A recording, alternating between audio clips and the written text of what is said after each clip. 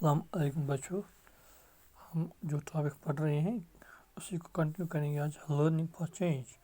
Class 7th ST۔ جیسا کہ بچوں ہم نے پڑھا ہے کہ عورتوں کے ساتھ کیا ہوتا تھا یا لڑکیوں کے ساتھ کیا ہوتا تھا، جو پرانا دور جو رہ چکا ہے ہم نے اس میں پڑھا کہ ان کو اسکول بھی جانے نہیں دیتے تھے بھئی، یہی کہا جاتا ہے کہ ان کے پاس گھروں کے کام کرنے چاہیے، کیونکہ اسی لیے ان کی جو برتھ ہوئی ہے اسی لیے پیدا ہوئی ہے، تو گھر کے اندر کے کام، تو اس کے بعد کوئی سیلری بھی نہیں ملتی تھی، کوئی ریسپیکٹ نہیں ملتی تھی اتنا کام کرنے کے بعد، یعنی اس کام کا کوئی ٹائم نہیں ہوتا، ٹائم باؤنڈ، یعنی 10 سے 4 جیسے امپلائی ہوتے ہیں ان کی ڈیوٹی ہوتی ہے 10 سے 4 تک وہ اپنا کام کرتے ہیں، لیکن گھر کے اندر جو عورتیں جو کام کرتی ہیں ان کا کوئی ٹائم ہی نہیں ہوتا ہے کتنا کام کرتی ہیں وہ۔ تو آگے جو ہم آج پڑھیں گے وہ یہ ہے کہ ان دا 19th century many new ideas about education learning emerged، یعنی 19ویں سنچری میں ایسا ہوا کہ کچھ نئے آئیڈیاز سامنے آ گئی ایجوکیشن کے متعلق، جو لرننگ ایمرجڈ، یعنی ایجوکیشن کے بارے میں نئے کچھ آئیڈیاز 19th سنچری میں ملے۔ اس میں کیا ہے، سکولز کامن ہو گئے، سکولز بہت زیادہ بنائے گئے، communities that had never learned reading and writing started sending their children to school۔ وہ پیرنٹس جنہوں نے خود پڑھا ہی نہیں تھا، جو بالکل الٹریٹ تھے، جو انہوں نے اپنے بچوں کو اسکول بھیجنا شروع کر دیا ریڈنگ رائٹنگ کے لیے۔ تو یہ 19th سنچری میں یہ کچھ آئیڈیاز جو ملے ہیں ان سے یہ چینج آ گئی کہ ایک تو سکولز بہت زیادہ بنائے گئے، دوسرے یہ کہ جو پیرنٹس تھے جو خود پڑھے لکھے نہیں تھے لیکن انہوں نے اپنے بچوں کو پڑھنے کے لیے اسکول بھیج دیا، لیکن اس میں بہت زیادہ کیا تھی، اپوزیشن۔ کس بارے میں اپوزیشن تھی؟ بہت زیادہ اپوزیشن تھی اس میں کہ جو لڑکیاں ہیں لڑکیوں کو اسکول نہ بھیجا جائے، ایجوکیٹنگ گرلز ایون دین، اس وقت بھی 19th سنچری میں اس میں بہت زیادہ رکاوٹ تھی کہ لڑکیوں کو اسکول نہ بھیجا جائے۔ Yet many women and men made efforts, لیکن بہت سارے مرد اور عورتیں سامنے آ گئی، انہوں نے بہت کوششیں کی کہ انہوں نے اپنے سکولز، یعنی اپنے سکولز نئے بنائے، یعنی اپنے سکولز انہوں نے کھولے، کن کے لیے؟ گرلز کے لیے،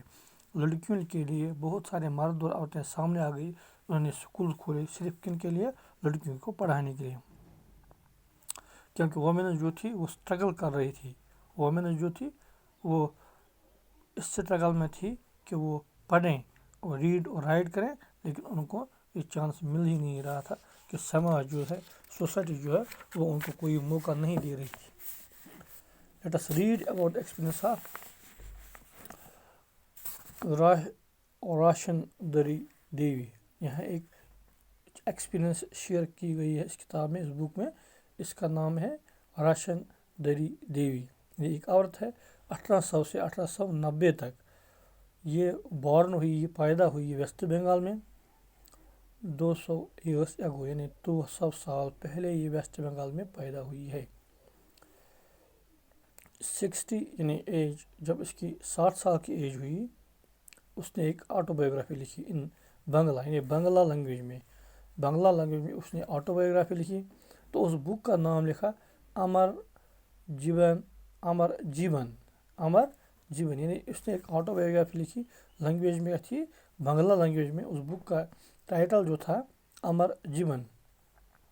یہ فرسٹ نون، یعنی پہلی ایسی مشہور autobiography written by an Indian woman, ایک ہندوستان کی ایک عورت نے یہ auto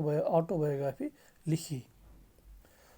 راشندری Devi was a house wife. یہ راشندری دیوی بھی ایک ہاؤس وائف تھی، یعنی یہ ہاؤس وائف مطلب کیا، ہاؤس ورک کرتی تھی، گھر کا ہی کام کرتی تھی، باہر کا کام کوئی امپلائڈ نہیں تھی،